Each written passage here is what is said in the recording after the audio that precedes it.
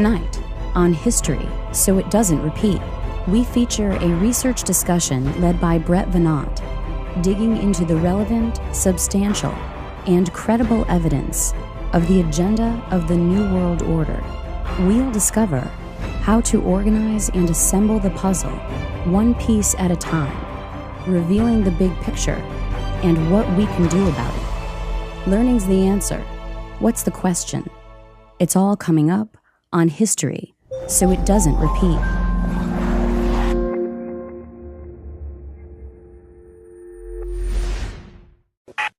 Welcome back to History, So It Doesn't Repeat. I'm your host and navigator, Richard Grove, and today is July 4th, 2013, and we're celebrating the 4th anniversary of Tragedy and Hope's premiere issue back in 2009, as well as memorializing our nation's birth in 1776.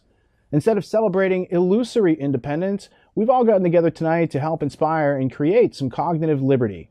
Our conversation is going to be a component which plays into a much bigger episode, that of Brett Venant's series, How the Truth Became Illegal.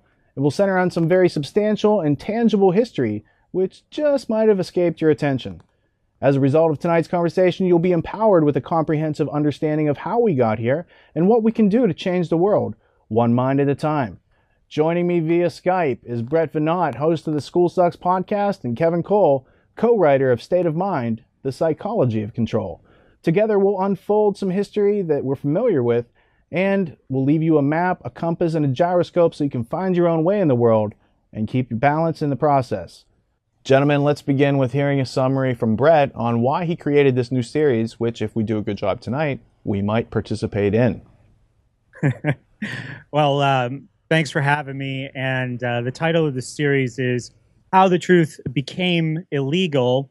And I was intrigued by these events in the news recently regarding the NSA and Edward Snowden and how much talk there was in the mainstream media regarding the law and what legal power the government had. And I wanted to look into the history of using law to silence dissent and to, basically interrupt free speech.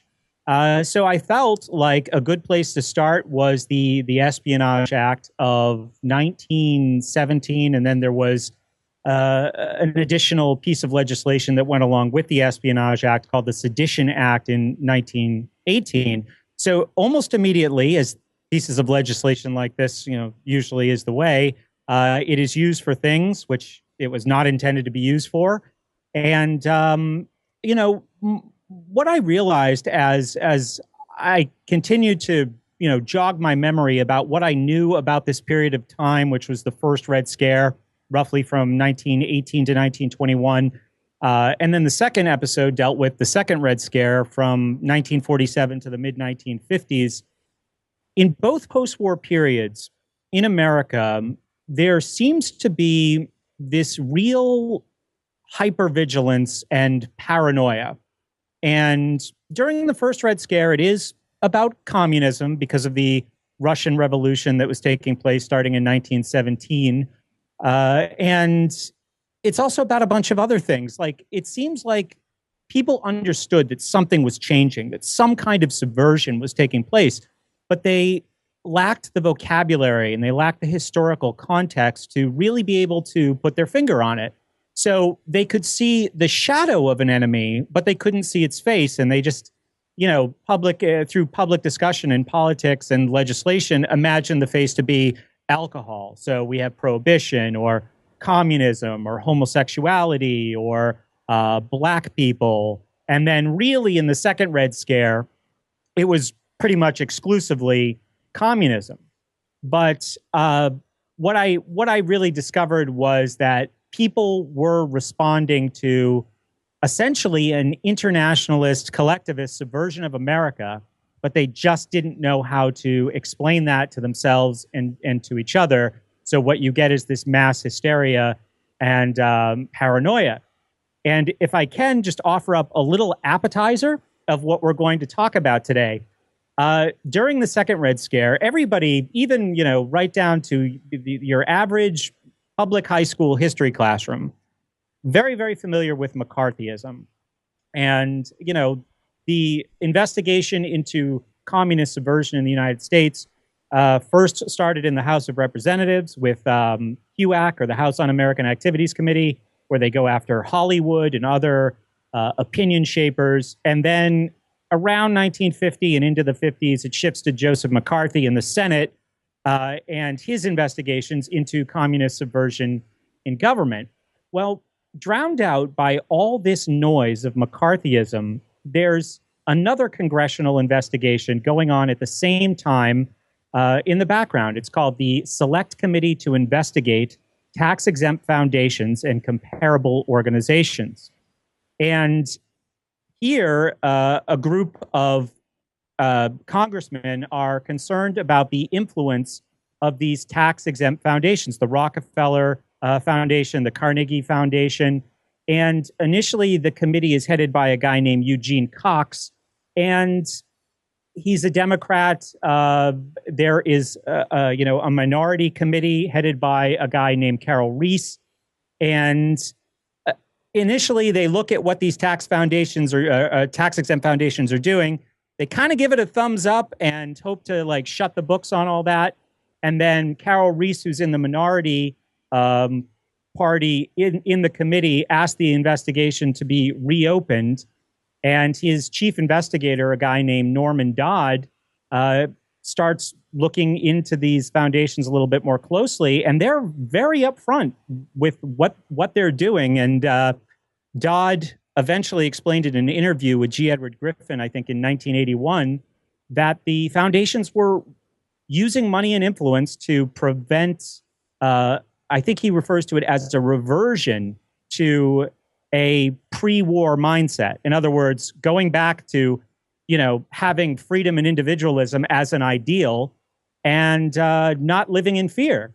So part of the role of the foundations, which they admitted to Dodd in this investigation, was to move America into this new age and this new order. But nobody knows about the Reese Commission or Norman Dodd because of all of the panic that's going on in mainstream history in front of that through McCarthyism. So that's a little preview of what I think we're going to get into. Well, that's quite a preview, and I greatly enjoyed listening and re-listening to your new series. And through this new series, I mean, I'm pretty well versed on most of the history, as is Kevin, but I'm sure we'll both attest throughout this conversation that even when you think you're familiar with these topics, it allows you, that familiarity allows you to learn and listen to new things that you didn't get to hear the first couple times around. And so as you start to integrate this in, you can clearly see, especially with the additional contextual history we'll add tonight, that corporations in America, like the American International Corporation, helped to fund the Bolshevik Revolution. It helped to fund those tax-free foundations. It's connected into the Federal Reserve. So there's some very legitimate and substantial history that we're going to discuss tonight. But right now, I'm really curious, after that intro that you've just laid out, what Kevin's next comment's going to be, because I know that he is just, he's overflowing with facts and references on this specific topic. So I'm really excited to get the mix in. Kevin, I'm going to leave it to you. Where would you like to pick off from where would you like to pick up from where Brett left off? These commissions that Brett's talking about are key to understanding some of the motivational roles and where the money hides. There's the Reese Committee, the Cox Committee, and then a lesser known called the Poohole Committee that actually deals with some of the actual tax-exempt foundations themselves, going after Rockefeller and Standard Oil. And this is referenced in the letter to R. Gordon Wasson, discussing from the St. Louis Federal Reserve document, where R. Gordon Wasson is talked about as being the individual who was the go-to on the Poohole Committee to try to represent these organizations. So they were trying to hide their money and what their influence was. It's interesting because Norman Dodd actually says himself that he had investigators going into the Carnegie Foundation documents and found documents that say exactly that they wanted to revert the United States into a communistic Soviet Union style of government. Now, I'm sure this is widespread across the board, but there are also competing ideologies. There are Fabians who are Fabian socialists, and there are those that are using Fabian strategies for federalist agendas. Brett, we've got this outline of yours here. Do you want to lead us through the outline? Yeah, sure. I think that there was a lot of cliffhangers in the two episodes that I did so far. And it basically, traced the history of not this conspiracy that we're going to talk about today, but like I said in the introduction, what was going on out in front of that.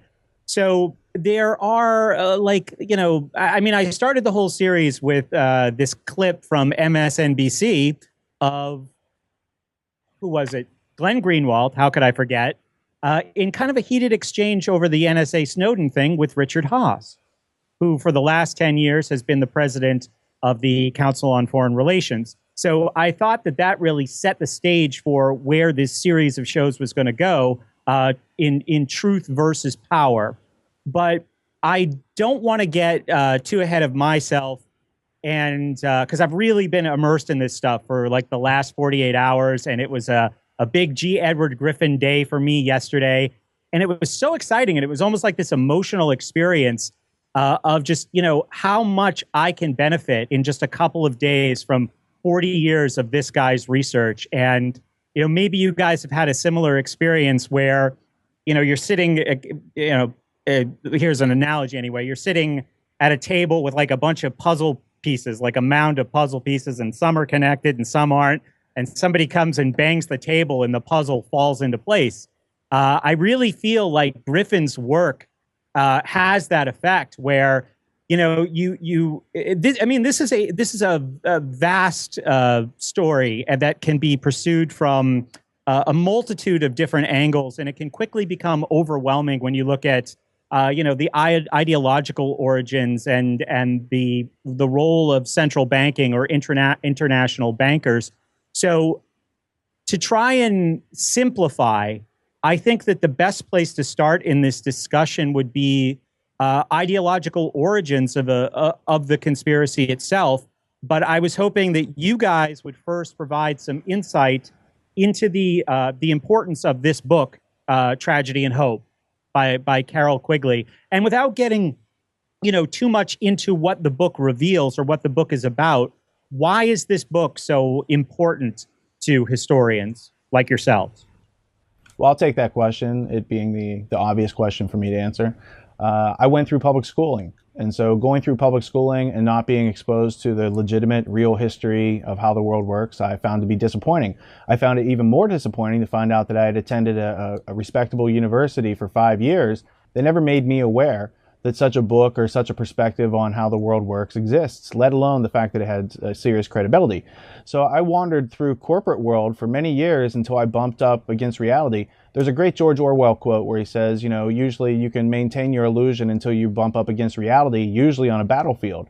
And so, bumping up against reality, then you go and search and say, what's the credible information that's out there that someone else has encountered this before and is left behind so I can learn from it. And luckily, the book that really helped me put things together wasn't so much a book like None Dare Call It Conspiracy. Like I was aware of these type of conspiratorial books, but they always lacked the substantial references and interconnectivity to tell a bigger picture without, dumbing it down and making it cartoonish. And so when I found out about the story of Tragedy and Hope by Carroll Quigley, and it being published in 1966 by Macmillan, having its plates destroyed so that it could cease circulation, and there must have been an important message in there, they rebranded the book as The World Since 1939, a history, which only gave you the last half of Tragedy and Hope. And so there became bootleg copies out there, but some of the bootleg copies and republished copies didn't even contain the unabridged version of Tragedy and Hope. It claimed to be the whole version, and then we had to do a study, as we mentioned with the Ultimate History Lesson with John Taylor Gatto, where we went and compared the multiple versions of Tragedy and Hope to find out what has been censored or excised out. Those pages happen to be 61 through 63, so it's really pages 62 and 63. And we can talk about what those pages mean and why they would have to be censored, or why they would take away the first half of this book, because the last half of the book didn't really make much sense without the first half. And so it's this treasure trove of legitimate, substantial, verifiable, respectable history that rarely anyone ever brought up. So I thought, this is something that it needs to be on the tip of everyone's tongue, and people need to be talking about the contents of this book, because it really does help you. It helps your mind organize the copious amount of content so that you can get a clear and accurate picture of the artifacts and evidence that have been left behind as our legacy here as humans on this planet. So it's about learning where you came from so we can find out where we're going. And The Tragedy and Hope, A History of the World in Our Time is the full name of the textbook. It's not the only book by Quigley that's valuable. He wrote The Evolution of Civilizations and The Anglo-American Establishment. And if you read those three books together, you can get a picture of history over the long term. That's like the macrocosm. But he'll also give you the microcosm of power in the 20th and 21st century, because what's going on today is very much a legacy of Cecil John Rhodes, which is a heavy talking point within Tragedy and Hope by Carroll Quigley. Kevin, anything to add? Yeah, I think he covered much of it. Carroll Quigley was an interesting individual in that he went to both Harvard and Princeton. There was an article written about him in the 1970s by a Washington Post reporter that I've been analyzing called The Professor Who Knew Too Much. And what it sought to do was kind of set forth the right-left dichotomy that kind of accompanied this book throughout history, where you have groups that are so-called ultra-right-wing that are attacking this because it's communistic or because it's socialistic. And he even speaks to some of this in an interview he conducted with Rudy Maxa from the Washington Post. Now, the book's significance escaped me my whole life. I didn't come across this in school, like Rich said. This is not something that they teach everybody on a general level. And in some ways, it's something that I don't think Quigley even realized that he had, because he had become so institutionalized within this environment. I mean, he admits that his tutor was an individual by the name of Crane Brenton, who was an OSS officer and station chief. So he's very much inculcated into this establishment politics from the get-go. So when other people are saying, hey, you're exposing a conspiracy, he's saying, well, this is just how it's the way it works. You know, and whether or not other individuals use that against him and put him juxtaposed to J.P. Morgan and others as a culprit himself, that's something we can discuss also. And I'm right to say that the Quigley take on what's going on in the 20th century, it's not like he is some great whistleblower shining light into dark places. He's saying, why aren't we telling people about this? This is great. Look how organized you guys are. Why are you keeping this a secret? That kind of speaks to what you were saying, Kevin, about his insulation, right? In intelligentsia and academia. It's like, yeah, this is what we do, right? What people would have a problem with this out there. And it really tells the story of this plan that went into action late 1800s, last couple decades of the 1800s. And it started with a small group of men, but eventually gained what I would describe as an ideological momentum of its own, with lots of carrots for lots of different interests as it continued and as it grew. And you also mentioned None Dare Call It a Conspiracy, written in 1971 by Gary Allen, which is a useful book to get a basic understanding of what Quigley presents in Tragedy and Hope. Obviously doesn't go into nearly as much detail, doesn't name, it names a lot of the same names, but without, the massive detail that Tragedy and Hope offers. And I think that, Rich, you said the word cartoon, kind of does this cartoon presentation that I think it's important to understand in the significance of Tragedy and Hope is that these are not cartoon bad guys. They're not James Bond villains. These are people who, maybe didn't even have any recognition of evil intent. And I think when you tell this story to people too quickly, or you make it sound as if there's a real malevolence, like these people aren't even telling themselves a story about how they're doing the right thing, that's the hardest thing for the average person, the average man on the street out there to believe, who that other people would operate with such evil intentions. And I think that's where you lose a lot of people. So as you learn more about the intentions of Rhodes and Milner and all these people that we're going to get into today, there are people who are shaping this ideology that don't really have evil intentions. There are people who will, attach themselves to it as it goes on. I think Griffin said one time that government is a magnet for the predatory class. For society, people think, they don't exist anymore, do they? Well, they do, and Quigley wrote about them. And he said that he had no aversion to this secret society. In fact, he said he had been invited into its inner ranks. He was never a member of the elite himself, but he was brought in as their historian, you might say, to record their events and to put it in the public record so that they could have a permanent record for all time. And he said he was invited into the group, and he was able to examine their private records. And then he said, I have no aversion to it or its goals or its policies. He said, the only thing I disagree with is that they hope to remain secret. Most wars in modern history are fought for the enhancement of power and wealth on the part of the elites that run those governments. They want to expand their influence. They want greater dominance. Maybe they want the natural resources. In other words, they're not for reasons that we have been told. It's a fact of life. And there's no clearer example of that, I believe, than in World War I and, of course, in World War II. But the question now was World War I.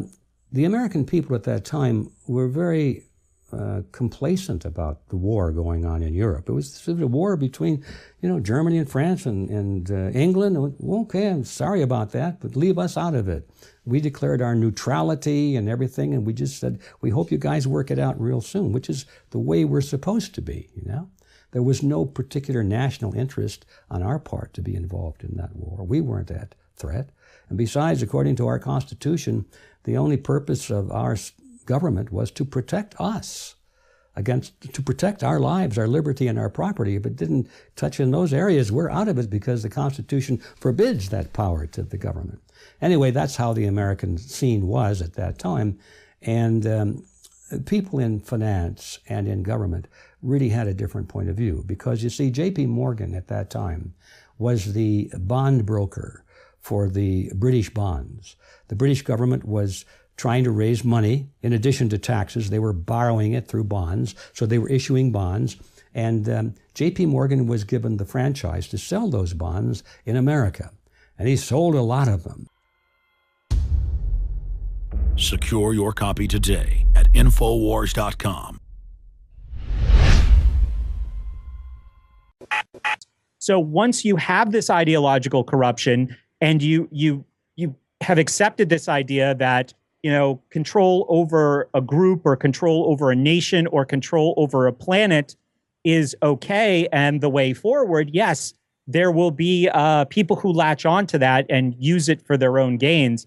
But I think that maybe we could try to flesh out a little bit better the ideological origins of what is often called this Rhodes group or this Rhodes conspiracy that began in the late 1800s. Well, that's excellent because Rhodes would be like a specific, particular microcosm of the larger idea of collectivism and taking away the rights of individuals, which goes all the way back into Plato's Republic and the seeking of, building a caste system to classify certain individuals into certain lifestyles that will be the best for the people that run those things. So what you see through history is the only war that's ever gone on is the battle of consciousness. It's waged by those who want to suppress consciousness. It's waged against those who want to express consciousness. You see this in many forms throughout history, but what you see is a history of social control, a history of using other human beings as slaves. And once upon a time in history, not so long ago, on July 4th, 1776, some people used some words to separate themselves from tyranny, and that's how America was founded. So you see these continual struggling stories through history, and every now and then you see a bright spot where people resist effectively, but then they kind of, forget about that. They get lazy, they get dumbed down, they get reintroduced to the empire, and they forgot that they were ever supposed to be apart from the empire. So this idea of Cecil Rhodes and his last will and testament, it's a specific agenda for the 20th and 21st century to take away nationhood, to create a one world government. And it's a plan, it's a collectivist plan based on plundering other people's production. So there's a lot of people of various races, nationalities, religions, and creeds who subscribe to a collectivist idea where they wait for you to produce something whereby they can come by and plunder. This is organized crime or the mafia on a very small scale, but what most people don't recognize is on a large scale, it's called government. And the reason that people don't recognize this is because we spend 15,000 hours in a public schooling session where their whole deal is to convince us that they're not the mafia. You know, they have really good PR called public education, and the government can tax people using force, fraud, and coercion, and they can do all these sorts of things that are ubiquitous to us because we're just brought up into a culture where that's how it works, death and taxes, this sort of thing, right? But when you actually break it down and try to know yourself and try to understand these institutions that surround you that you participate in wittingly or unwittingly, you find that knowledge is power, and that they use a knowledge gap or a power gap or a wealth gap. It's the withholding of useful information from individuals that gives them power.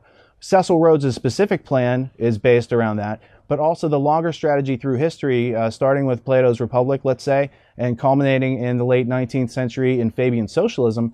These are all just, people improving on the methods of harnessing human resources and herding people like cattle.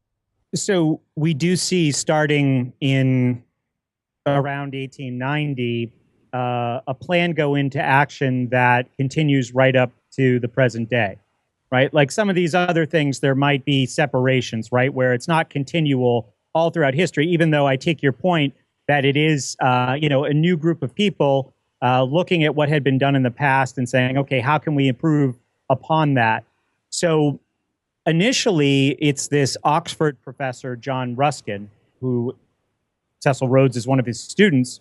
And I think we're in the 1870s at this point. And, talk about, the road to hell being paved with good intentions. He says that to his students at Oxford, we have a moral obligation to disseminate English culture. Basically, look at how great we are. Look at this magnificent tradition in art, in education, in literature. Griffin paraphrased Rhodes in one of his talks, saying, we owe it to the world to disseminate this culture to everybody.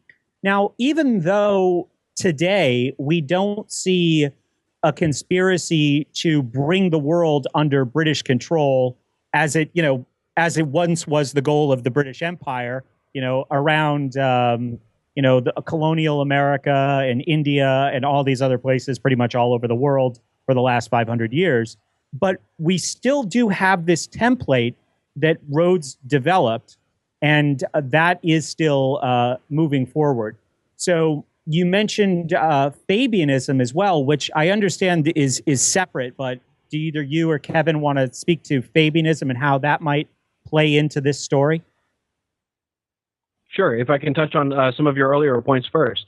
When you're talking about with Cecil Rhodes in his last will and testament, you are talking about a class of people during his lifetime that were very much hurt about the United States being lost in the earlier war. And Cecil Rhodes himself says that if it wasn't for the stupidity or laziness of King George III, that they would have been holding Parliament in London and New York every other year. And so there is this in his multiple wills and testaments, starting in 1877 and onward, there is this drive to perpetuate Anglo-Saxon unity. And from the 1877 will, it says to perfect a system of immigration from the United Kingdom to the colonies to further the consolidation of the British Empire, to assist towards the restoration of Anglo-Saxon unity, towards securing the representation of the colonies in Parliament and the foundation of power so great as to render wars impossible and promote the best interests of humanity. And then later, this idea becomes the Rhodes Scholarship. So when you're looking at perfecting a system of immigration, you got to start to look at the settlement movement that started in the late 1800s, around the same period of time that you're discussing. And Cecil Rhodes had a good friend by the name of Arnold Toynbee, who was an economic historian, also a closer friend of Lord Alfred Milner, who dies at a young age. And then they donate they name this building Toynbee Hall, which inaugurates the settlement movement, where they start moving poor people into rich areas and rich people into poor areas, and experimenting with different social designs. Now, this starts in the late 1800s. Toynbee Hall is 1884. Now, what's fascinating is that the Fabian Society is founded in 1884 as well. You have the Fellowship of the New Life, founded in 1883, which is by Thomas Davidson. Thomas Davidson was a Scottish English immigrant into the United States who founded what's called the Fellowship of the New Life. Now, before he did that, he was an educator and created his own college called Breadwinners College, where they would bring the immigrants through the settlement houses and they would bring them to the schools that they brought up themselves, that they created. Now, where Carroll Quigley gets most of his information from Tragedy and Hope is from a guy by the name of Alfred Zimmerman in 1947. And he says in this audio with Rudy Maxa that I mentioned that Alfred Zimmerman got his way into the Rhodes Roundtable Secret Society by teaching at the Educational Alliance. The Educational Alliance is a branch of the settlement movement that began in England with Toynbee Hall and all of these guys trying to perfect this system of immigration earlier in the 1800s before he even dies. So there is that influence of John Ruskin, who was a member of the Psychic Research Councils with T.H. Green. He was also involved with the Aristotelian societies, which had a lot of trans-American and transnational interest. In fact, William Torrey Harris, who is probably the single most important person in the importation of Prussian education in the United States, aside from Bronson Alcott, is actually the one as the Commissioner of Education who approves the Rhodes Scholarships coming into the United States.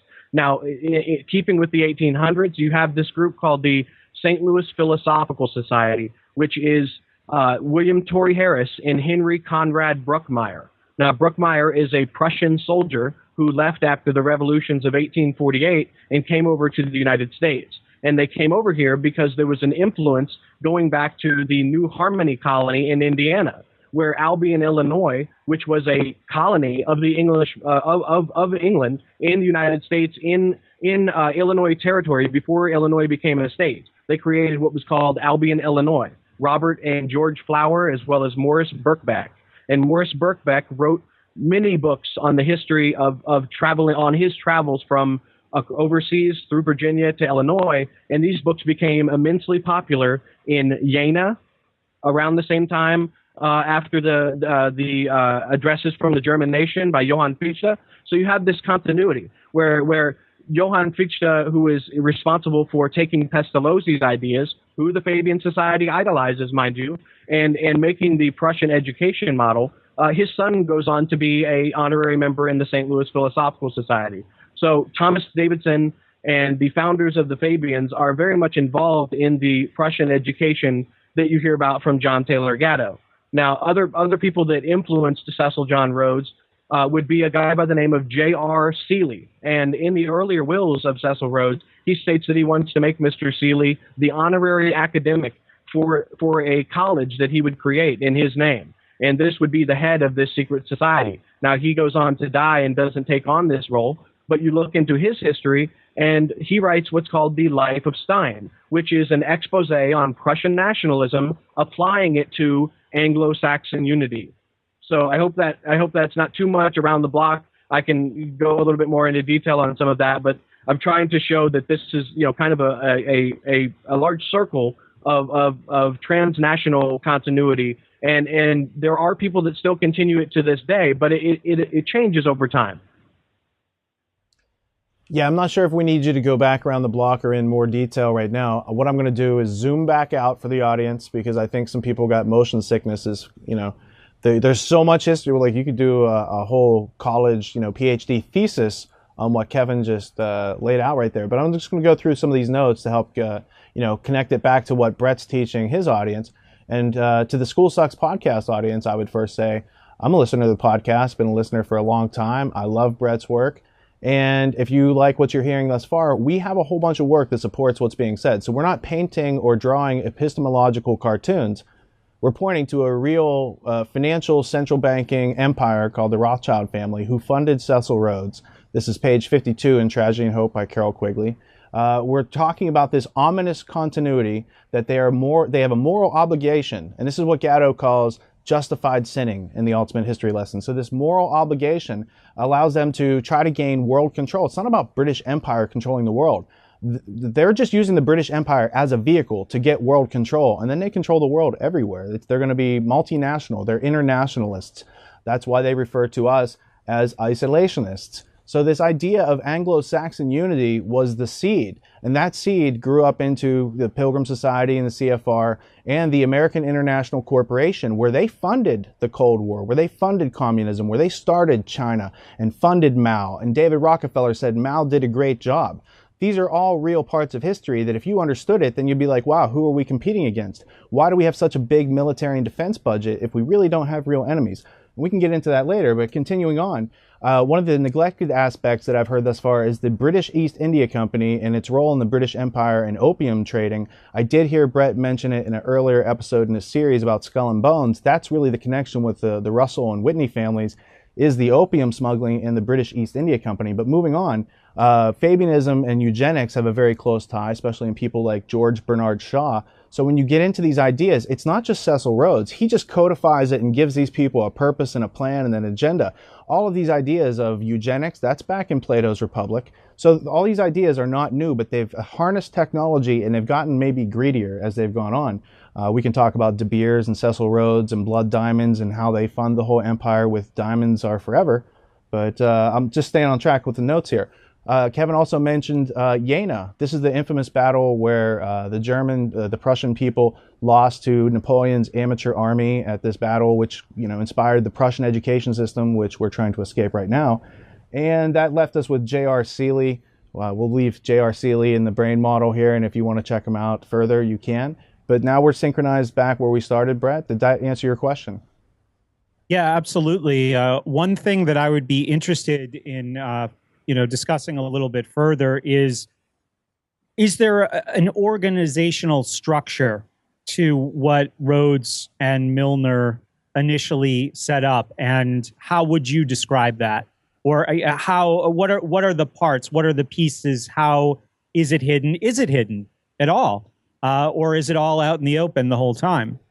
I'm going to start that out because I think I have the shortest answer. It is out in the open for those of you who care to read about it. The book I would recommend is The History of the Rhodes Trust by Sir Anthony Kenny. He's a knight of the British Empire. And in the back of that book, if you look up through the index, he'll tell you that the last will and testament of Cecil Rhodes, he left his amenities and his legacy to the Rothschild family who had funded him in the first place to go down there. So basically, he's a worker bee that went out and did a bunch of stuff, then left it back. They control it through All Souls College at Oxford. This is described by Carroll Quigley in his book, The Anglo-American Establishment, and it's also in the brain model. So when you follow these Rhodes scholars back, there's the Rhodes Trust at Oxford, but there's also the Rhodes Roundtable Group. And to get into All Souls College, Oxford, you have to be a graduate of Oxford and invited. It's not just like any of the other colleges at Oxford. Kevin, anything to add to that? No, I think that was good. Okay, so my understanding was that initially the Rhodes-Milner group is what seems to play out again and again as this moves into the 20th century is that there's always this closed inner circle to these groups, and then there's an outer circle, a more public face to it. So. Well, this is something that Griffin describes as the rings within rings theory. He attributes it to the Bavarian Illuminati, and Kevin can comment to that because he's done the most research into their original papers and evidence. But what I would notice is, yes, what they do is you have a small circle of people who know that they're getting one over on everyone else, but then they recruit kind of lackeys. These are the types of people that you would see in the Council on Foreign Relations, Trilateral Group, Bilderberg, these types of working groups, because they're not in the central circle. So when Warren Beatty or Angelina Jolie's in the CFR, or Harrison Ford's advertising and shilling for them, I don't think they've taken the time to read Tragedy and Hope or familiarize themselves with Cecil Rhodes' Last Will and Testament. That stuff's not even really on their radar because you're talking about people who don't do their own thinking in the first place, who pretend they're other people for their livelihood, right? So they're not trying to figure out what it means to be a human being and how are we being harnessed and our families and generations are just being wasted because these other people have figured some things out, kept a few key secrets, and that forces the rest of us to kind of just fall in line and be part of this collective. That's what they would like.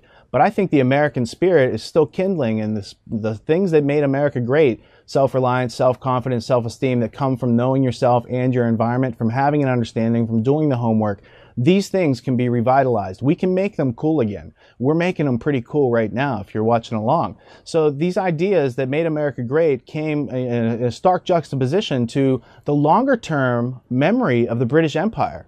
and they're like, oh, we lost a battle with America. Wait a couple years, they'll forget about it. They're an empire. The empire never forgets. So what we've done in America is we've been anesthetized through the public schooling education, as the School Sucks podcast has, informed you over the past 228 episodes.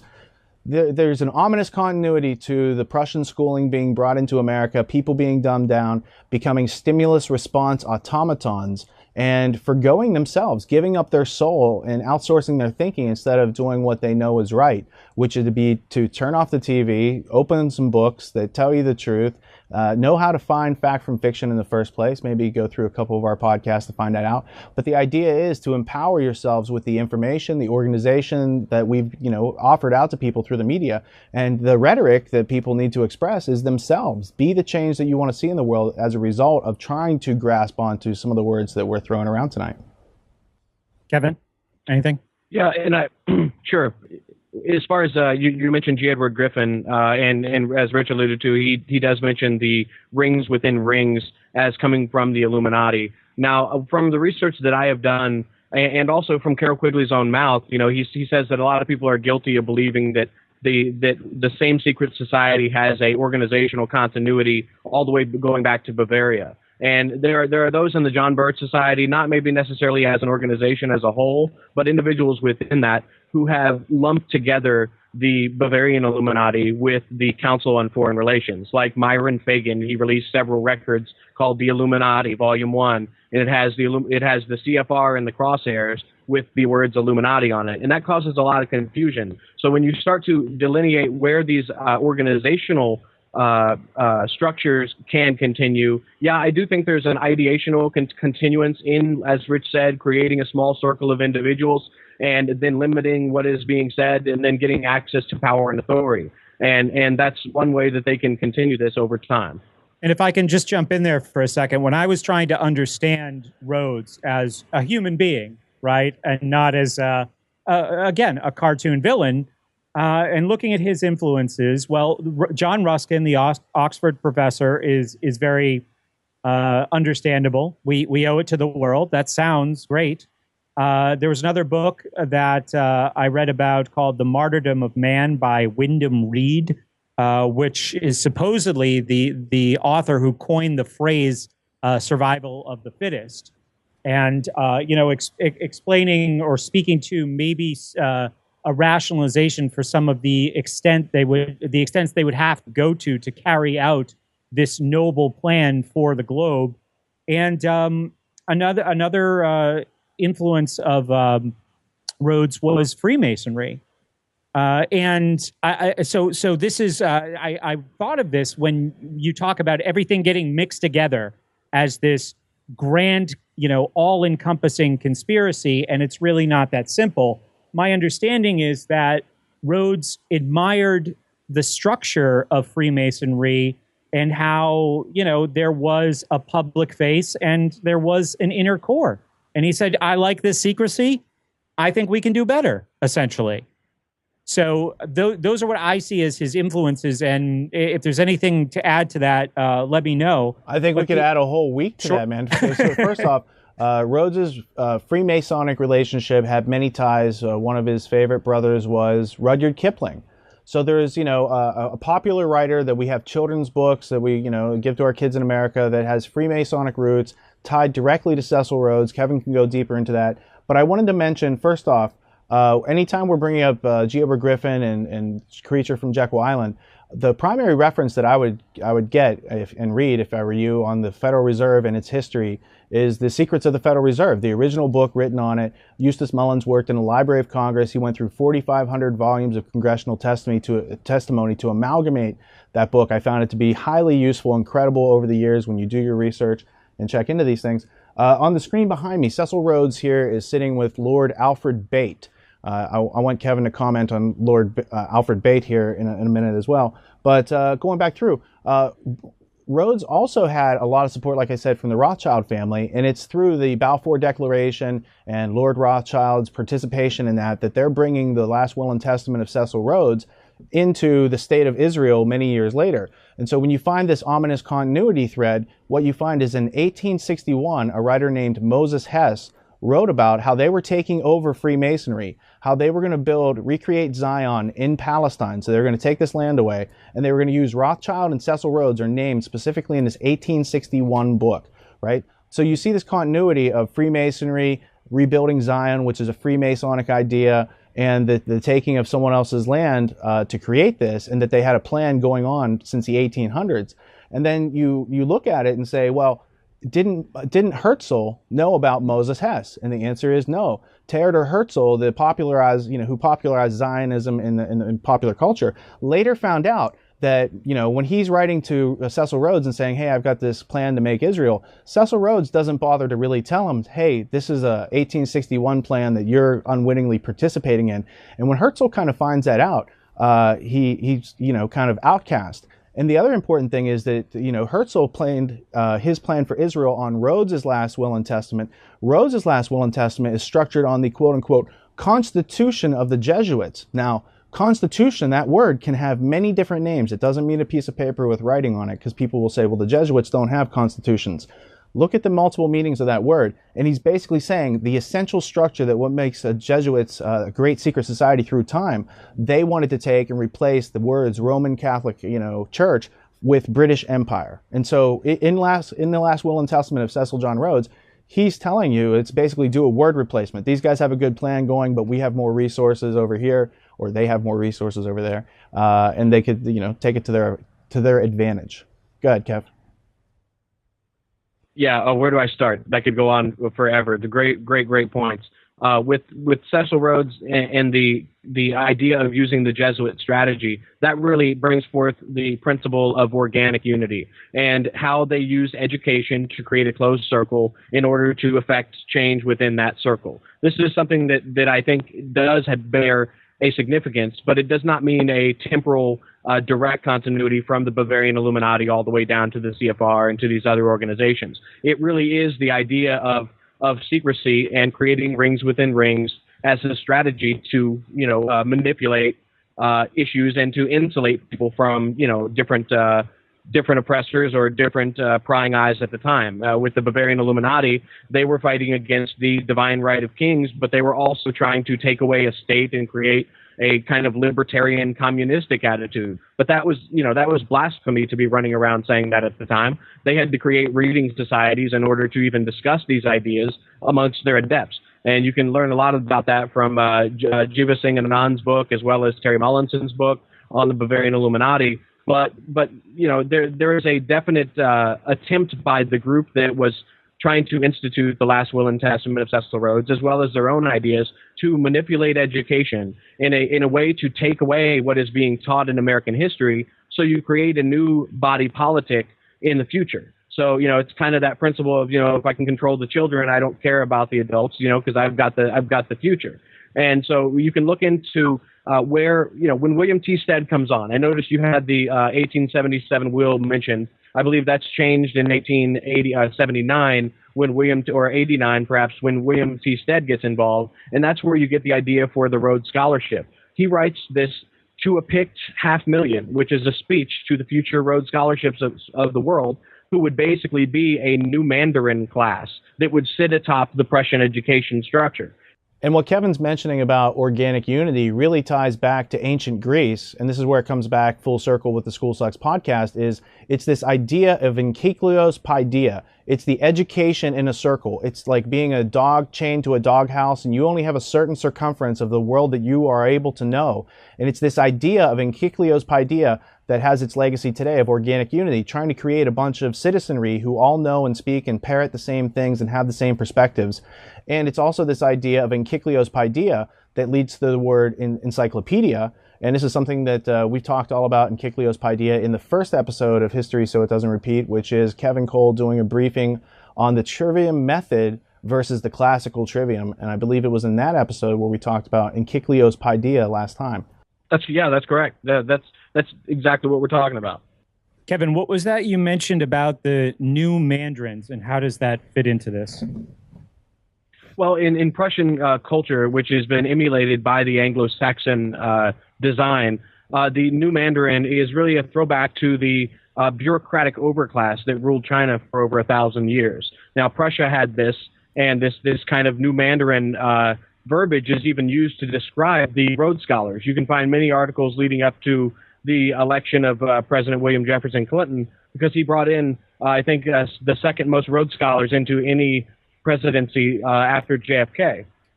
And so it goes to this concept of Anglo-Saxon Prussianism. And a little background on that would be, I have a book by Norman Angell called America in the New World State that was written in the early 1900s. This particular copy is actually the personal copy of Major H.E. Atterbury, who was a member of the Creel Commission with Edward Bernays that led to the United States getting involved in World War I. And this is dated 1915, Paris, May 1915, of H.E. Atterbury. It's called America in the New World State. And it has a chapter in here called Anglo-Saxon Prussianism. And what it's referring to, and Norman Angell is one of the founders of the Royal Institute of International Affairs, and what it's referring to is the period around the colonization and institution of apartheid in South Africa by Cecil Rhodes and his cohorts. So, and also the same period of time where the United States was invading the Philippines and involved in the Spanish-American War. So you have financial situations on both sides going back and forth, supplying loans to each other in this transnational unity, trying to usurp a national sovereignty of the United States. And really, they even say that. In Quigley's Anglo-American Establishment, he states that in 1911, the All Souls Fellows, those that were the head of the Royal Institute of International Affairs and the Round Table Group, following the organic unity of Cecil Rhodes' last will and testament, and in many cases actually being the administrator of those trusts, they said just as much. They used a book by F.S. Oliver on Alexander Hamilton, and they used that as a way to undo the American Revolution. And that's in Quigley's own words. I also found that Alfred Zimmerman, who coined the phrase welfare state, and also helped Lionel Curtis change the British Empire over to Commonwealth, he was responsible for writing a book called The American Commonwealth, which they also used, and it was comparing the United States to the Republic. And so from my point of view, it seems like they're trying to activate Plato's Republic within the United States, which if you look into the Builders of Empire book by Jessica Harlan Jacobs, you'll find that around this exact same period of time, Freemasonry worldwide was a tool of British Empire. So I think that's important to remember, because what you have are these ideas that were espoused by Plato, picked up through secret societies, carried through time, and they just happen to be, coincidentally, some of the same goals of worldwide Freemasonry that the British Empire was heavily leveraging. That's how they were integrating themselves into these colonies and getting colonized in the first place, was the organizational structure, global organizational structure provided through Freemasonry. So before we get into the CFR and its predecessor, the Pilgrim Society, or something that came after the CFR, like the Union Now Project, these are all Anglo-American Establishment working groups, agendas to bring the United States out of its sovereign state, back under the British Empire, and the participation of America in, for instance, the Spanish-American War. That's where you really start to see what they called yellow journalism, the use of propaganda on the public, and no longer America being, like Thomas Jefferson said, never needing to fight a war because we've got these great boundaries of oceans. We got called isolationist. America, who wanted to stay out of these things, was isolationist, and we got talked into participating in World War I. There were a couple lies told. It all ties back into Balfour and Lord Rothschild and what was going on in Britain at the time. But, when you look into how America got involved in these foreign wars, where a large percentage of people in America from that time were German speaking, there was a lot of immigrants in this country. So what you look at as far as history is a book like Paris 1919 by Margaret Macmillan. Now, she's the great-great-granddaughter of Prime Minister David Lloyd George of Britain from World War II. So she's using the personal letters archives of Balfour and all these characters that she's painting out. And what she paints out as the official establishment history is far different than what we were taught in American schools. And so it just shows that what we've been taught in American schools has been so far removed from even the history that the British Empire teaches its own people. It's noteworthy. So there's this ominous continuity once again between America's participation in collectivist activities, putting bases all around the world. It's not America's idea to do these bases. That's America under British influence, being the front end, the tip of the spear on their empire building. And that's why they also have such a close relationship, the British Empire, with Israel, because they're part and parcel. America, Israel, and Great Britain, there are no lines between those intelligence agencies. Right? And so when you have Kim Philby or Alger Hiss or any of these people that were called spies, those people were working at a higher level. They were working on both sides. They're connected in at, for instance, the Round Table level, because as Quigley notes, and he was Clinton's teacher at Georgetown, Quigley notes that oftentimes the Round Table group works with the communists and capitalists, that they don't have an aversion to this. And Quigley's only aversion was he thought its role in history was so significant that it should be known. In other words, he thought that they were so far ahead in the race that even if they told the public what was going on, the public really couldn't grasp it, organize themselves, and do something about it. So when you talk about America being the tip of the spear, at least in the eyes of these people, around this time in the 19-teens, do we see that as a result of, the state of the powers in the rest of the world not doing well financially, physically, war-torn, destroyed, and the United States is last man standing? So they say, okay, there's the weapon, or there's the face. And I'll just add this to that. I said in a recent show, collectivism is essentially even progressivism in its modern form, I really see as the greatest evil disguised as the greatest good. Collectivism especially, like, oh, don't be selfish, pitch in, join the team, shoulders to the wheel. But what really is hidden in that is something very, very nefarious. And it seems like the United States served the same purpose in the 20th century because of the heritage and the history, or at least what people learned in the United States and throughout the world about the heritage and the history of the United States. They said, there is the perfect face for this new order, this new agenda for the 20th century. Well, and it goes even deeper, because we have to remember, since 1920 on, this group that we're talking about had created the American Historical Association as a front group to provide this British, Anglified, American history, this British spin on Americans, America's fight for independence.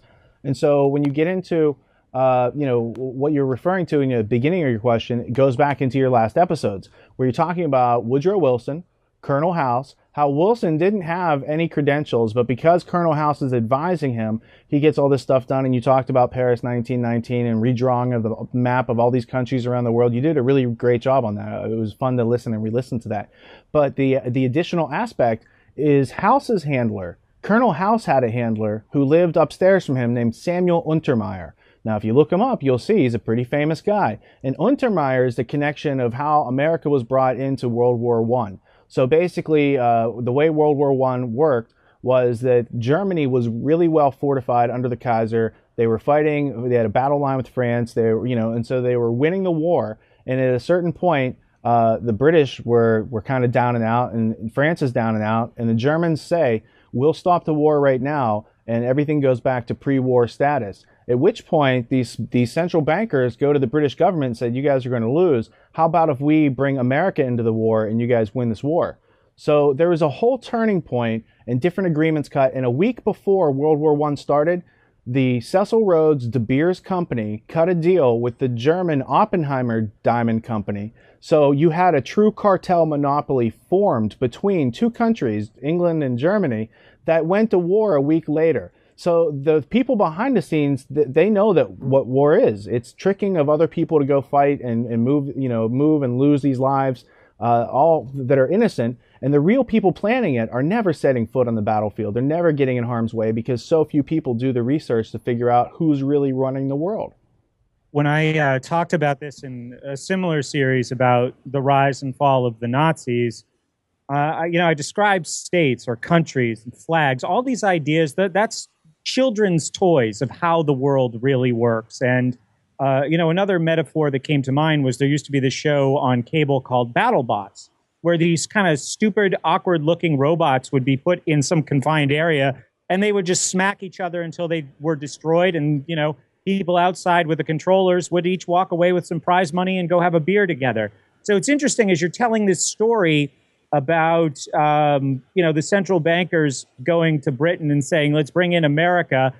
When America comes into the war, Germany is rounding up resources to send Lenin back to Russia for the Bolshevik Revolution, which I'm pretty sure was funded by the same group that we're talking about. That's American International Corporation. Lenin was trained in Switzerland and carried by private train. It will be interesting research to find out whose private train car transported Lenin in at this convenient time when there had already been a small revolution, and then these other people come in and they basically rebrand that revolution, much like what you've seen in Egypt, Libya, what's going on in Syria right now. So there's a long, rich history. In fact, I want to just pull one little artifact here, because this is a recent Foreign Affairs magazine. This is printed by the Council on Foreign Relations. You see Death from Above. They got the drones on here. They're really liking the drone programs. And there's an article in the back about transnationalism that talks about how America is an isolationist country. And so what you see is, this is almost 100 years after the founding of the Council on Foreign Relations. They are still trying to take away American sovereignty and have transnational law that supersedes the Constitution and puts us under the United Nations. So the idea is, even though this has been going on for a long time, there has been a serious resistance in this country because there are few enough individuals who have intellectual self-defense to remind the rest of the people that you can put some questioning in between stimulus and response, and you can escape all this propaganda that we've been inundated with. But at this point, I think that I've overstepped my bounds, and I want to listen to what Kevin has to say, because I think that he would even have more to say on this topic than I would. Well, no, the point with the American Historical Society, they also did it with the American political science societies in the United States as well. There's a great book called Politics and Progress, The Emergence of an American Political Science by Dennis J. Mahoney, which discusses how Prussian architecture was brought into the United States by influential British individuals. And then there's the Pilgrims and Pioneers book I wanted to share by Sir Harry Brittain. And he is the founder of the Pilgrim Society. And the only reason he wrote this history that I hold in my hand is because Philip Kerr, Lord Lothian of the Milner Rhodes Roundtable Group, suggested that he do so. And this gives the official history of the Pilgrim Society, its connections to the mechanisms of power, how they set up a Court of St. James ambassador from the United States, where they would come there, they would have a Pilgrim Society meeting there, and they would do the same when the British ambassador came to the United States. And then they would also metaphorically claim artifacts of English and British history, and sometimes literally. They actually went and bought George Washington's ancestral home and put their regalia, and they're in control of it as a museum. They also had a little ship that they used as a symbol for their organization. So these bodies, were well thought out on how they could sew a story that would bring about the type of unity they craved. And when I mentioned earlier John Robert Seeley, the English essayist and historian who was the imperialist that Rhodes idealized so much, he argued way back in the late 1800s that using new technology would save Britain from its decline. And when you mentioned earlier, they're latching onto the United States, that's exactly right. They were seeing themselves in a stage of decline. You can look at Arnold Toynbee's famous work, The End of History. And he comes to the United States on behalf of Robert Maynard Hutchins and speaks at the Center for Democratic Institutions out in Arizona and New Mexico. Where they're lamenting over history ending because the United States has sovereignty and it's spinning its own unity based on its own principles, although that had been highly usurped by what they say is Anglo-Saxon Prussianism, where they get the United States involved in these wars, where the historical model would have been to stay out of all foreign entanglements. So that really where they start doing that is in the late 1800s.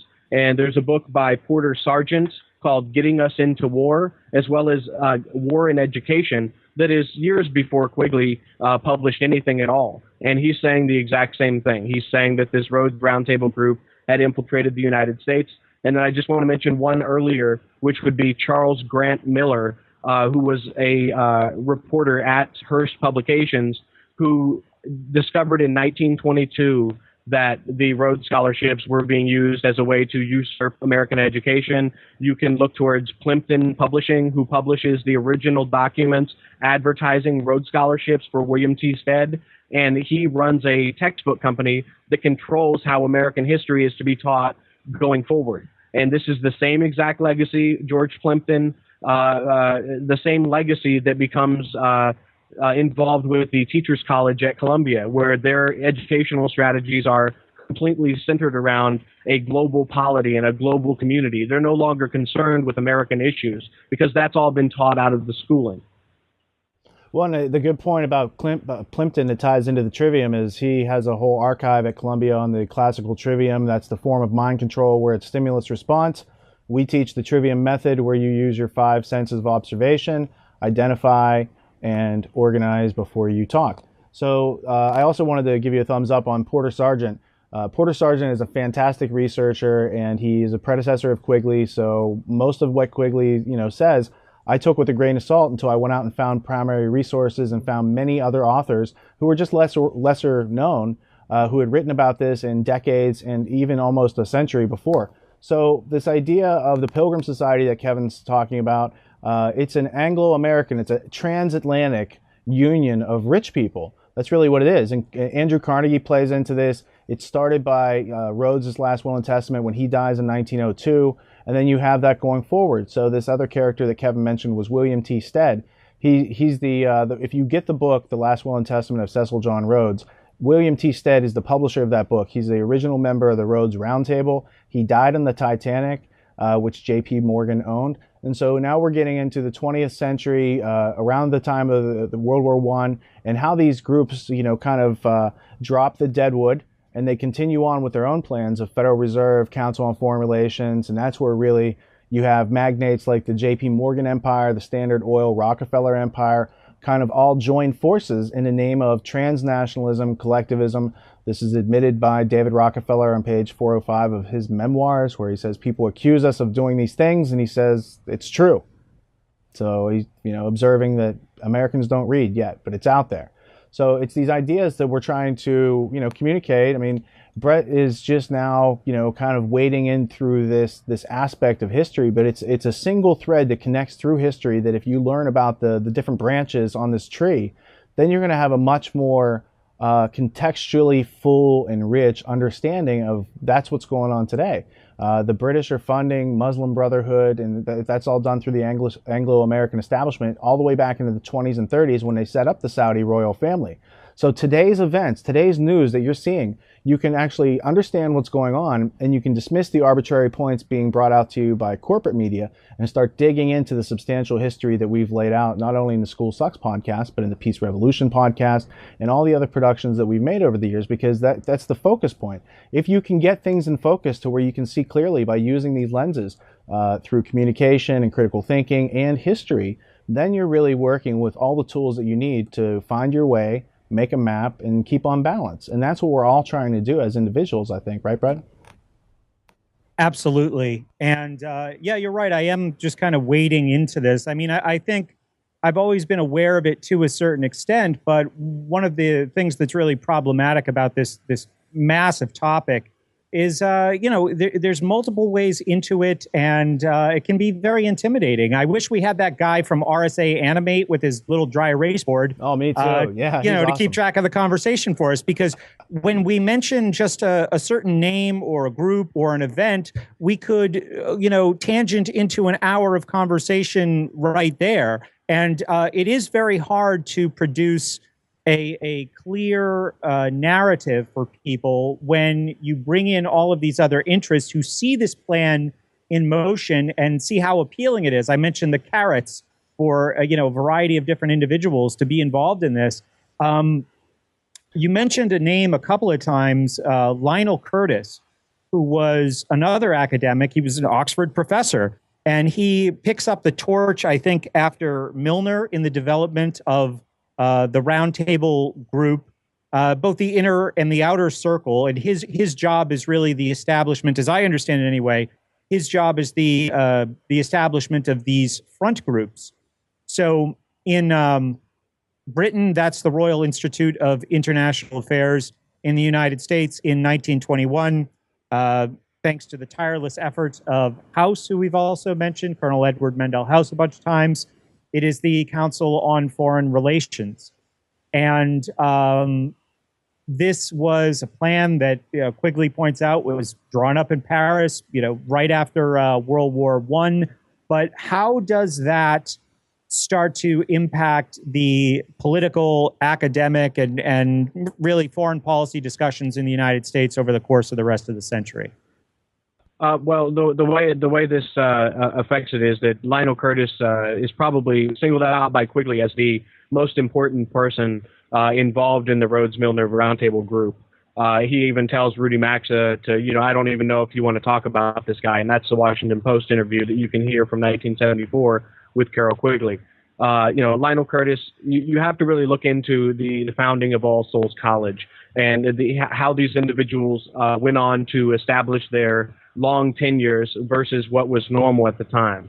So you had Lionel Curtis as well as Lord Halifax, who would go on to hold ambassadorships and many, many prominent positions. You had groups of individuals who had a small circle, a small ring of people that had access to power and influence who were following in the exact same legacy. So how this continues in 1919 at the Paris Peace Conference, and before you have the Hotel Majestic meeting with individuals from the United States and from Great Britain who were also members of the Pilgrim Society, who got together and decided that they needed to have these bodies established on both sides of the Atlantic to control foreign policy. So it's really a power and influence clique that has been in control since the early 1900s. Out in the open. They announced that the Council on Foreign Relations had J.P. Morgan money quite some time ago. So you can see these competing interests, but you have to look at the common threads. And something I didn't want to get away from to make my earlier point, if I may, was that the use of technology as a way to stop them from decline in order to merge a cultural interest is seen in fruition when at the Pilgrim Society's first meetings, they're able to use the Atlantic Wire because a Pilgrim Society member owns the Atlantic Wire. And they're able to talk back and forth from the English Society as well as the Society in New York at the same time. So they're using these technologies as a way to create an interconnectivity that is light years ahead. So it's a planned obsolescence for the populace and a way to profit off of that planned obsolescence by controlling, the meters that regulate energy and things that we need for our survival today. So it in addition to using technology and using educational technology, I think these things, kind of merge together. And the last point on that would be that All Souls College has a sister school in the United States, and that is the Princeton Institute for Advanced Studies, where many of the advancement. Exactly, Woodrow Wilson. So Abraham Flexner goes over to All Souls College and spends several years there with Lionel Curtis and with Philip Kerr, who would come around, Lord Halifax, and all of these individuals. And he's the head of Rockefeller money. He's the one that's distributing money throughout the United States. So there's a guy named Tom Jones who in 1940 creates the Pilgrim Trust, which is quote unquote not connected to the Pilgrim Society, but it happens to create this same Institute of Advanced Study where now you have the most powerful groups on either side of the Atlantic, the Cliveden set and the Georgetown set, as well as the Wall Street bankers, in control and at the forefront of the greatest technologies that are not available even yet to the public. And this is what continues to this day. And, in a moment, we can move into Anthony Sutton and Zbigniew Brzezinski and show you how this all ties into the cybernetics, the smart grid, the smart devices, everything you see today. We'll tell you about the history in a second, but I just wanted to concentrate on Flexner. He said this name, Flexner. There's a book out there called Rockefeller Medicine Men. It shows how the Rockefeller Foundation influenced adversely our education system, but also the medical education system, including the pharmaceutical complex that grew out of it. So the Flexners, there's two brothers, they write a report, it's all Rockefeller money, corrupts our entire healthcare system and our education system in this country. Good name to dig into. Also this idea of them taking technology and hoarding it or keeping it away from the public, using it ahead of other people to have a strategic advantage. J.P. Morgan took over Tesla's work and basically boxed it up and kept it away from the public only after Tesla's main funder, the Astor, I forget which Astor it was, if it was Vincent or his father, but the Waldorf Astoria, is this, hotel in New York. It's a German hotel, German family, the Astor family that had been here for a long time. They died. His financier died on the Titanic with William T. Stead. So when you have J.P. Morgan continuing on, and he dies later that year, but his company moves on. And JP Morgan and Co., Standard Oil, all these types of funding come together in the Council on Foreign Relations, which is a Lionel Curtis group. So Lionel Curtis is there at Versailles. He's there for the Royal Institute of American or International Affairs. He's there for the Council on Foreign Relations, but he's also there in World War II for Clarence Street and these other Rhodes scholars who create a plan called Union Now to merge America and Britain, to unite against communism and to beat the guys in the Cold War. These ideas were circulating, and very famous people in this country supported that plan, and the Rockefellers' rebranding of eugenics for American society under molecular biology. Now, I know that was a lot. I think I actually hit all the points that I was intending to bring up, because it's not so much understanding anything from this episode. It's knowing that these things exist, that there's credibility and substance, and we're giving you the stubs and the keys to do your own research, because really, it wouldn't benefit us if we could just transmit our understanding to you. That's like stimulus response. That's kind of creepy. What we want is to inspire you to do the same things that we had to do to get here, to make this show, to be on air, and to communicate these heavy-duty ideas that you're not going to find given to you at any price in any university or any school on the planet, which is why we do it, because we think it's pretty cool. I'm sorry, Brett, was I overstepping my bounds just talking that much to your audience as well? No. That's absolutely fine. But we've mentioned these names multiple times, Morgan and Rockefeller. Okay, now I think everybody in my audience is familiar with those names and knows who J.P. Morgan, the Morgan family, the Rockefeller family, and their interests. But what might not be fully understood is the motives for collusion with what seems to be an ideological group like the Council on Foreign Relations. Like, this is a policy group. This is a think tank, at least as it would be explained to people in the world today.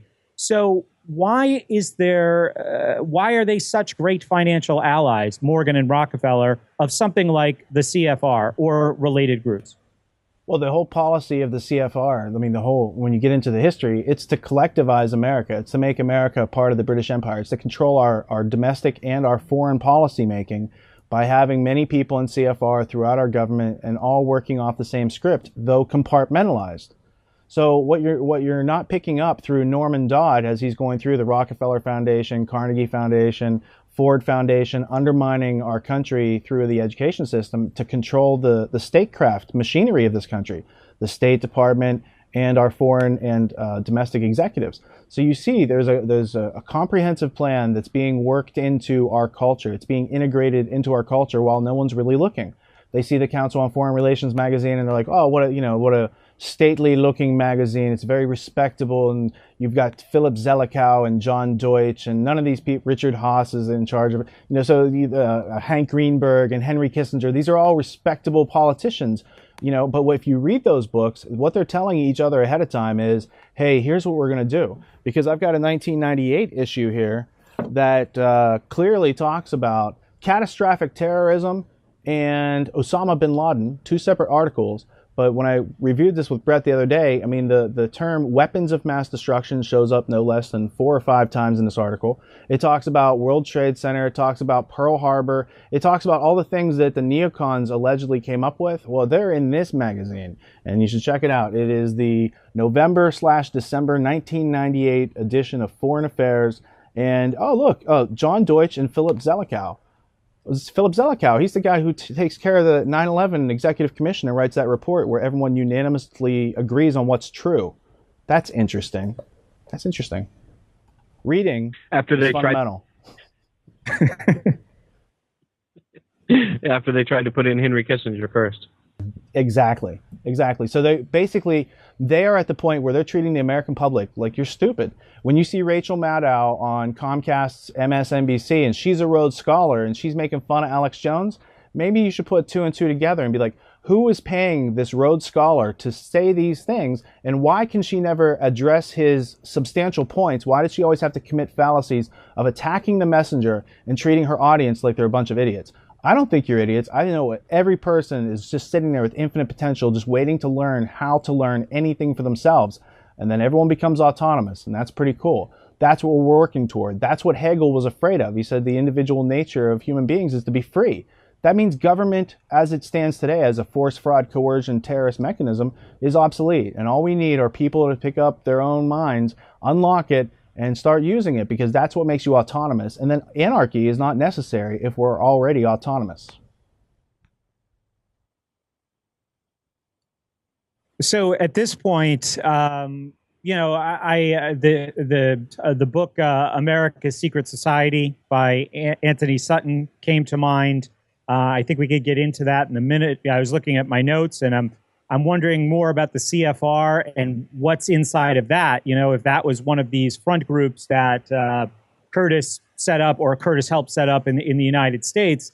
But just to kind of gather everything together here at this point, we have the CFR, which has today, and probably for some time now, for decades, exercised considerable control over media messages in the United States, to a lesser extent, maybe over academia, and certainly in foreign policy, political discussions. We have these related but separate tax-exempt foundations that infiltrate and gain or reshape academia and lower education. And am I forgetting anything? Well, I mean, that adds up to them dumbing us down, as Gatto would say, or the deliberate dumbing down of America, as Iserby would say. And so really it's only because we're not using, we're taught to read, but we're not taught how to think. So let's just ponder that for a second. And then consider that literacy is a form of slavery until you consistently use a method of critical thinking to identify and validate the contents of your mind, right? So they use reading against us for a long time, and they make the books hard to find. But if we organize the books and present them out there and let people know they exist and they start reading them, then we're reversing that whole situation. Then we're undumbing ourselves down. And education is defined in the 1828 Johnson's Dictionary as the unocculting, the unhiding of information, useful information. Right? So when we talk about the power structure occulting or hiding information, well, it's in their nature, right? So what's not in our nature is to tolerate it. I don't fault the guy who thinks he's a king. I fault the people around the king who act like that's not some sort of illness, right? So let's just all be a responsible adult and start taking upon ourselves to put stimulus and response separate and put our thinking back in the middle, because that's what gives us our choice. It's that choice of thinking or not to think that gives us our freedom, and that's what makes America's opportunity. And I think a lot of people have forgotten that. They've forgotten how simple it is to make jobs in this country. Jobs are product plus sales equals jobs. So these ideas that Sutton is bringing up through his works, showing how the Bolshevik Revolution, the whole Cold War, everything was Western financed, and that was all a sham. He's saying is like, this history has been here, and he was the first guy to do that work for Stanford, and he got fired for it. But he kept writing, and he kept exposing what he could. He comes across Charlotte Iserby's work on the Skull and Bones, and he publishes a book on that. Now back to your question about the Council on Foreign Relations, what you'll see is when you take into consideration its membership. So if you were using the personal brain software, you'd start with Council on Foreign Relations, and then you'd start adding people in. As you add people into their membership, look at the jobs and who they've worked with and what's interconnected. Oh, you might see the Gulf of Tonkin. You might see any number of assassinations that have gone on. You'll start to see that the CIA doesn't do its own thinking. It gets its personality, if you will, from the National Security Advisors, which Zelikow was one, and the CFR, right? They're not taking Bilderberg and Trilateral members for that. That's, CFR is United States specific, and it's here to turn our country inside out so that it reflects more likely, a collectivist Soviet Union, and not the America that is supposed to be celebrated on July 4th every year. Kevin, anything to add? I can also speak a little bit to what you mentioned on academia, and I think this should put things into perspective for people. I don't want to rehash my whole trivium talk, but when you get to Lionel Curtis's work and what he put forth on the concept of organic union, and these federal union ideas latching on to that of Clarence Strite, who was a Rhodes Scholar who wanted to put forth a program called Union Now that the Roundtable Group latched upon. But those that influenced these guys are responsible for the academic disciplines of international relations and world history. So there is a strategy of discipline creation as a way to bring people into the fold, into a prescriptive way to look about these ideas. So if you go out and you create international relations as a discipline that's going to be taught in schools and people are able to travel to Geneva, like Alfred Zimmermann, who was the second head of UNESCO, this is how they control the dialogue. And so, if you look into who changed the British Commonwealth from the British Empire, and that would be Lionel Curtis and Alfred Zimmermann. And so world history itself, this was Arnold Toynbee's big deal, was that he had created the academic discipline of world history. So in order to be known as a great world historian, you had to be members of the American Historical Society, which was in charge of people that were in favor of the same ideals that Richard spoke to. That would be Andrew Dixon White, somebody that was exposed by Anthony Sutton, who was in charge of the American Historical Society. So with the Council on Foreign Relations, they control not only the academic disciplines that they pontificate upon, they control the outcomes. The Rockefeller Foundation funded the British Committee for the Theory of International Politics that became the dominant ideology within the Royal Institute of International Affairs. And this is, Lionel Curtis and Alan Dulles and John Dulles were all buddies. When John Dulles got appointed to the World Council of Churches, which is a organization that Lionel Curtis was in favor of, he wrote a note to his buddy Lionel Curtis. That's John Dulles, who was the ambassador to Great Britain and who was in charge of a lot of the scandalous funding of Nazi accounts during World War II. And there's another great book I would mention by the name of Appeasement, A Study in Political Decline from 1933 to 1939, and we'd be getting more into World War II. But it's by A.L. Rouse, who was a student at All Souls at the same time as Lionel Curtis and all of the founders of the Royal Institute of International Affairs, which was funded by Alfred Beate and Lord Amory and those that were best friends of Cecil John Rhodes. And so, you see these other individuals try to set up their own unity by creating their own trust. Alfred Beate created his own trust. Amory created his own trust, but neither one were able to stray from simply funding Rhodes' original vision.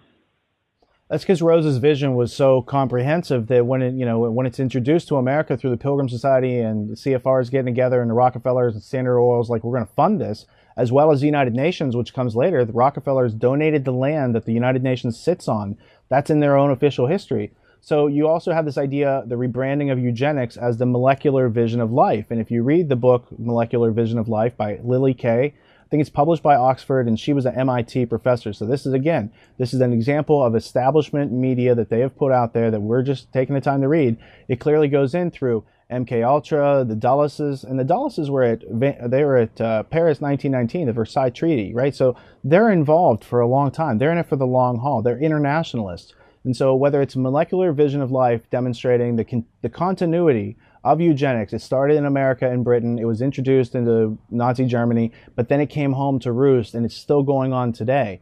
All of these different affiliations that we're talking about, these have meaningful connections. We're not just saying these guys went to school together and they shared some textbook in the library. No, what we're saying is they're going through a highly specifically tuned system that creates compartments where they're all reflecting part of what that bigger plan is. So whether it's Stringfellow Barr in his Citizens of the World book, he's a Rhodes Scholar, or Clarence Street in Union Now, this is bringing America together with Britain, or any number of the other names that we've talked about here. Anthony Sutton, he's not only got the great trilogy that talks about how America and Britain funded the Nazis and the Bolsheviks, and America's side was also funded by these same central bankers. But when I think Brett mentioned international relations, the whole idea of international relations and the CFR is a subset of international business and banking, which was started by the Rothschild family when they took over 5 different countries' central banking system and had an encrypted courier system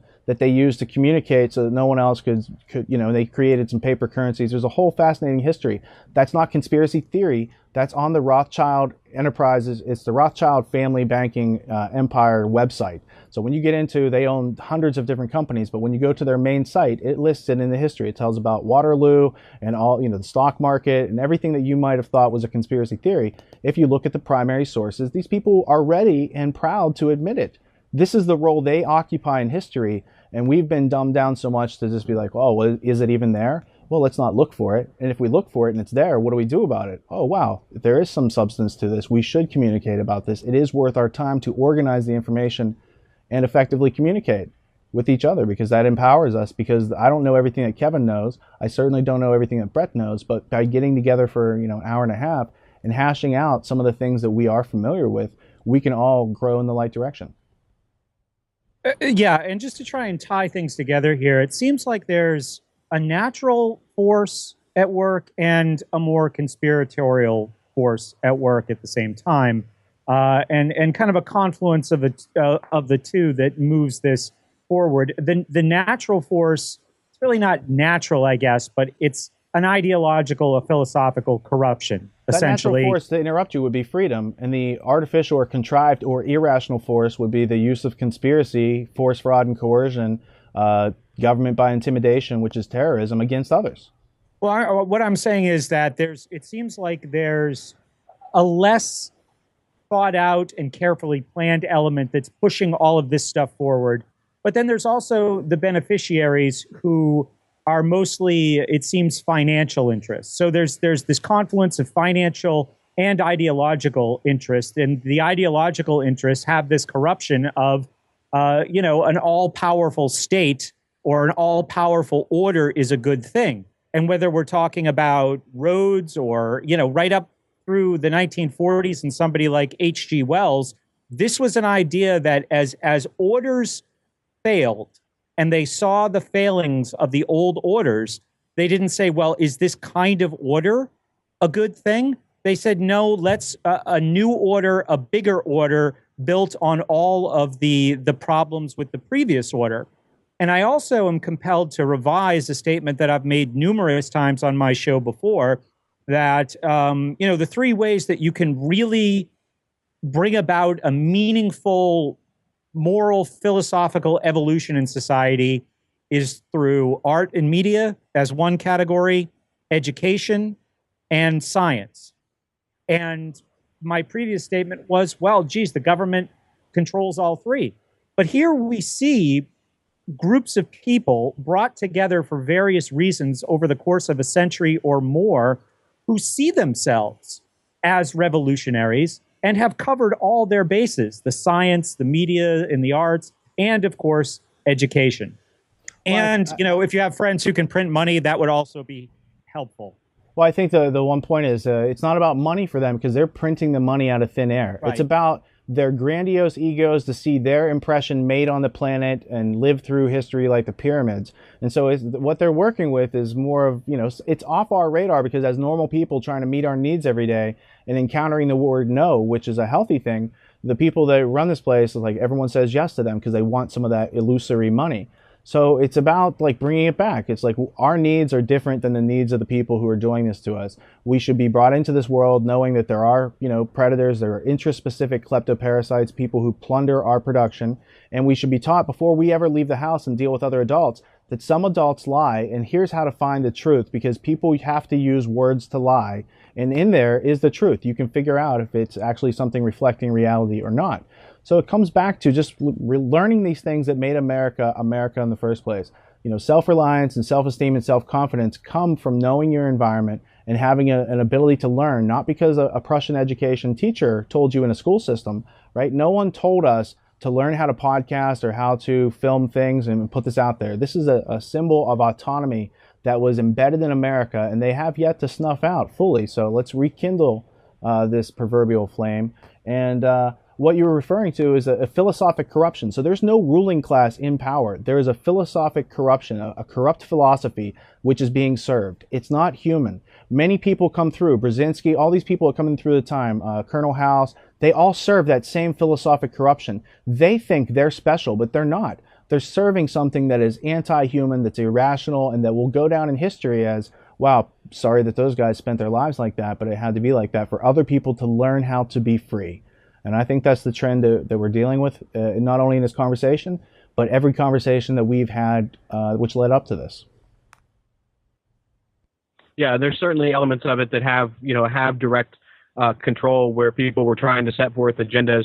But you also have to look at the way that technology brings people together on its own. But if you can look within that technological founding and find threads of financing from sources such as we've been discussing, then there is a causality to it. But there is an attempt, and a lot on the internet, where people kind of put it in a cartoonish manner, and they're able to kind of lump it all together and then profit off of the scarcity of somebody who's not going to look into that, you know? So they have definitely succeeded in their goals, as Atlanticism and balance of power strategies dominate the philosophies of the Council on Foreign Relations and the Royal Institute of International Affairs. In Thomas Paine's Common Sense and his other writings, he says that Britain would never be an Atlantic power. Well, Britain has become an Atlantic power through its acting through the United States. They saw themselves on a decline, and they needed to infiltrate their systems of education into the United States in a way to change the American polity. And the way you change the American polity is you make sure they don't remember the history, and you make sure they don't know why these individuals were significant at the time, no matter their current shortcomings. Now, we can look at Lord Percy, who spoke of Jefferson as irrational and insensible for his philosophy of natural rights liberalism. And natural rights liberalism is in direct contradiction to philosophies of collective compulsory schooling. And this is against a unified culture. All right, Brett, do you want to wrap it up? I think it's wrapped. I really appreciate both of you guys taking the time to share all of this information with me and ultimately with my audience. I might actually do an introduction show to this, so people can have the context laid out, and then I can offer them this show as a way to fill in all of these little areas that I will introduce that you guys fleshed out in such great detail today. I really appreciate it. And go ahead. Well, I was just going to say, for my part,